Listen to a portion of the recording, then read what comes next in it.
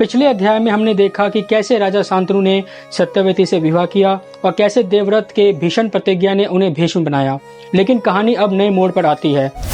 हस्तिनापुर का वंश आगे बढ़ेगा या रुक जाएगा। सत्यवती के गर्भ से 2 पुत्र जन्मे, चित्रांगद और विचित्रवीर्य।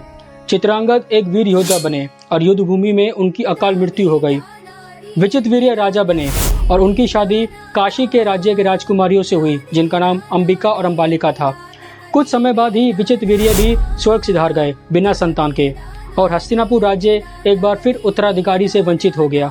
सत्यवती ने अपने पुत्रों के मृत्यु के बाद अपने दूसरे पुत्र को याद किया, जो उनको पराशर ऋषि से मिला था।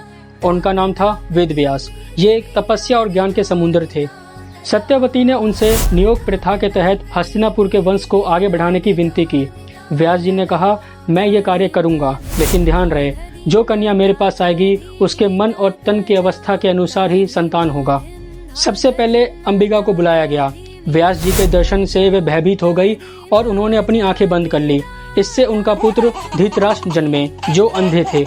दूसरी रात अंबालिका को भेजा गया। व्यास जी के तेज के कारण उसका रंग पीला पड़ गया। उसके गर्भ से जन्मे पांडु, जिनका रंग पीला था और जो एक बलवान योद्धा बनने वाला था। फिर एक दासी को भेजा गया, जिसने बिना भय के व्यास जी का सम्मान किया, जिससे उसके गर्भ से जन्मे विदुर, जो ज्ञान और धर्म के प्रतीक बने। इस तरह हस्तिनापुर को 3 पुत्र मिले, धृतराष्ट्र, पांडु और विदुर। धृतराष्ट्र का विवाह हुआ गंधारी से, जो गंधार देश की राजकुमारी थी। पांडु का विवाह हुआ कुंती और मदरी से। गंधारी ने तपस्या से वर प्राप्त किया था कि उसके 100 पुत्र होंगे। कुंती ने ऋषि दुर्वासा के वर से मंत्र पाया था, जिससे वे देवताओं को आमंत्रित करके पुत्र पा सकती थी। कुंती ने पहले सूर्यदेव को आमंत्रित किया और उनके गर्भ से जन्मे कर्ण, लेकिन लोगों के भय के कारण उन्होंने कर्ण को एक टोकरी में डालकर नदी में बहा दिया। बाद में कुंती ने मंत्र के माध्यम से धर्मदेव को आमंत्रित किया, जन्मे युधिष्ठिर। फिर वायुदेव से जन्मे भीम और इंद्रदेव से जन्मे अर्जुन। मद्री ने अश्वनी कुमारों को आमंत्रित किया और जन्मे नकुल और सहदेव।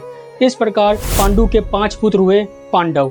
गंधारी ने 2 साल तक गर्भ धारण किया, लेकिन उससे एक कच्चा मांस का गोला निकला। व्यास जी ने कहा, इसे 100 घड़ों में रखो और सबसे 100 पुत्र जन्म लेंगे।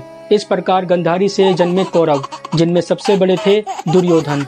और इस प्रकार हस्तिनापुर फिर से फल फूल गया। एक तरफ थे पांडव, जो धर्म और सत्य पर चलने वाले थे, और एक तरफ थे कौरव, जो राज्य और शक्ति की भूख पर चल रहे थे। और यहाँ से शुरू होती है वो कहानी जो दुनिया का सबसे बड़ा युद्ध बनने वाली थी, महाभारत का महासंग्राम। अब जब कौरव और पांडव जन्म ले चुके हैं, तो राज्य का खेल शुरू होने वाला है।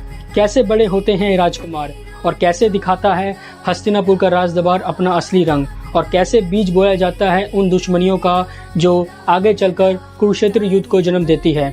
ये कहानी है महाभारत की। अगर आपको आज की वीडियो पसंद आई हो तो वीडियो को लाइक और कमेंट जरूर करें, और महाभारत से रिलेटेड वीडियो देखने के लिए चैनल को सब्सक्राइब करें। मैं मिलता हूँ आपसे अगले अध्याय में। तब तक के लिए जय श्री राम, जय श्री राधे कृष्ण।